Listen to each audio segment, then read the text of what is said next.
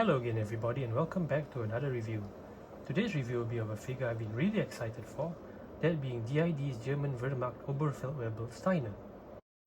He is of course based off Sergeant Steiner from the excellent 1977 war movie Cross of Iron.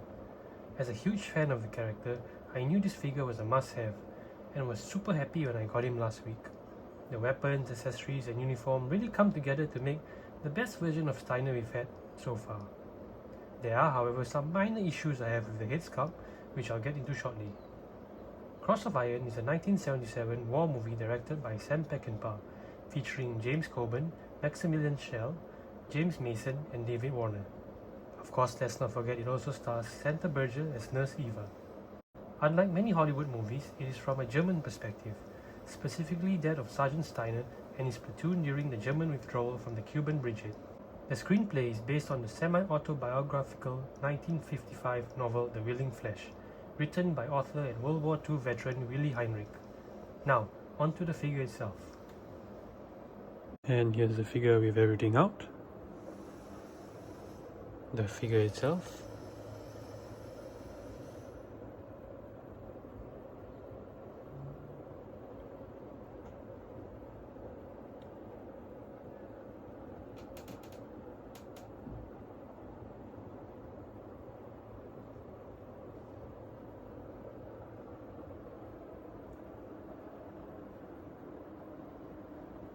And here's the figure just wearing his field uniform, just to go over his awards and decorations.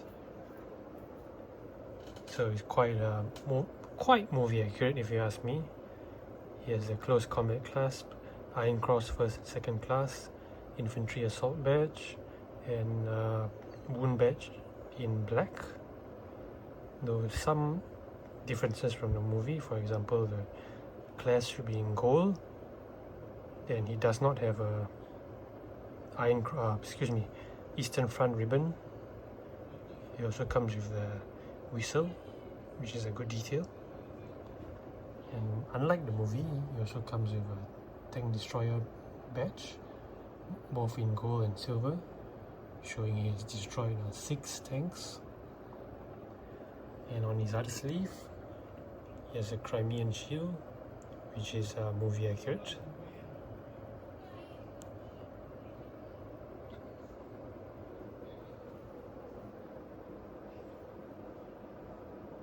Now let's take a closer look at the figure, starting with the head. As you can see, he's wearing his field cap. It's just a tad bit big, if you ask me, similar to DID's early version, which is a shame since they can't seem to get it right, though I guess it looks decent enough. The sticker there has to be attached manually, which is a bit but anyway, here's the head sculpt. Looks good enough. However, like all of the Steiners in this scale, they always get the hair color wrong. It should be a greyish white, since Steiner is an older fella. But yeah, once again they got the hair color wrong, which kind of bugs me. But yeah, just a small thing, I guess. As I'm sure some of you know, this is DID's first head sculpt with rolling eyeballs, which in by itself isn't a bad thing. Though, as you can see, to achieve this, you have to first remove the top of his head, which hold on, let me show you that. Yeah, like so. And you can just play around, which I'll show you later. But yeah, so the problem is, when you attach back the scalp, there's a little gap at his hair, at his sideburns, which is a bit noticeable and honestly quite annoying. So yeah, I hope this isn't the norm in the future, or at least maybe they can just find a better way. Anyway, back to the figure. He has the uniform, very nice. Definitely superior than the older one, if you ask me. Then his weapon, always great. Not sure if they changed the design, but the magazine, the drum mag is actually held in place much better than Fredro, from a few years back, which is great. You can see his watch over there, a lot of detail on that. Boots, so you can tuck his stick grenade, no problem. Now let's take a look at the back of the figure. And this is the back of the figure. And this is the field cap. Oh, wait, hold on, let me just show you.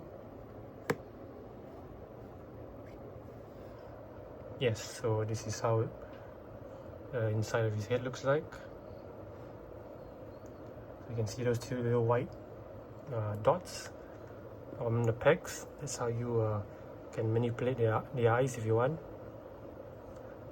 Funny thing, I recall the first Steiner figure made by Dragon a few years ago had a very weird eyes, which kind of just looked in two directions if I'm not mistaken.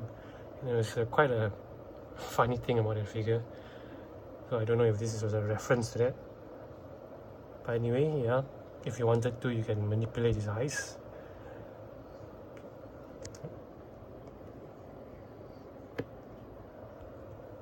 Now you can see shoulder insignia, sleeve insignia, bread bag, mess tin, canteen, bayonet, holster, extra pouch. Here's the figure in another alternate look. This time as Sergeant Steiner appears during the first act of the movie.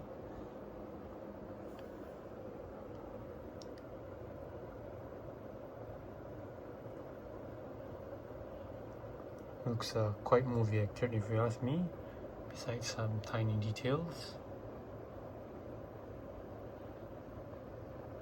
Definitely one of his more iconic looks as a more laid back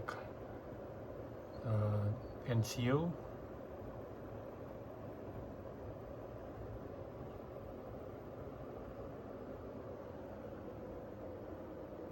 And here's the figure in another alternate look, this time wearing his steel helmet and field blouse. I love that they give so many options for what the figure can wear and what variation. He's also holding his Luger, which he also has in the film, though he does not use, if I recall correctly.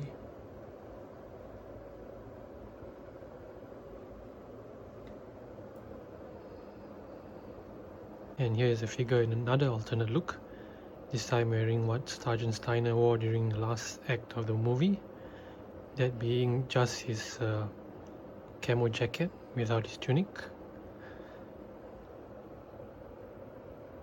You can see he's not wearing his tunic underneath, just his inner shirt, though in the movie he was wearing a wool sweater if I'm not mistaken.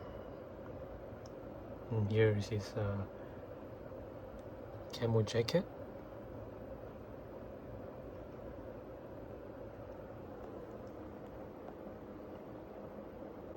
And here's the back of the figure. As you can see, here is something quite special and unique to him on his placement. Just like the movie, he has two stick grenades with two ammunition pouches. Great detail and a great option to use should you want a more movie accurate Steiner.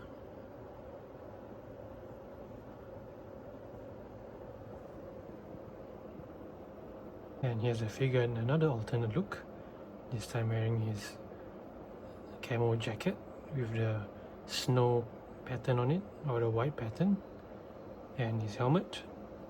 So let's just start with the head. You can see he's wearing his helmet with the snow, or rather winter camo. This is a new look, as the character Steiner does not wear anything like this in the movie. So I guess you can portray a generic NCO fighting on the Eastern Front in winter.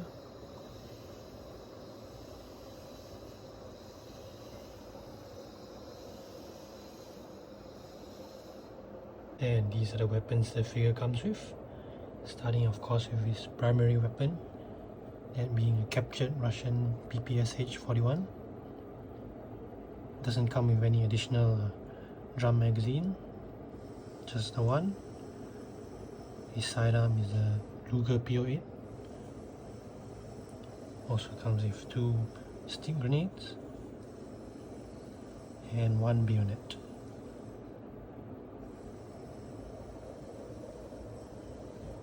All in all, a fantastic figure, definitely one for all the German collectors out there.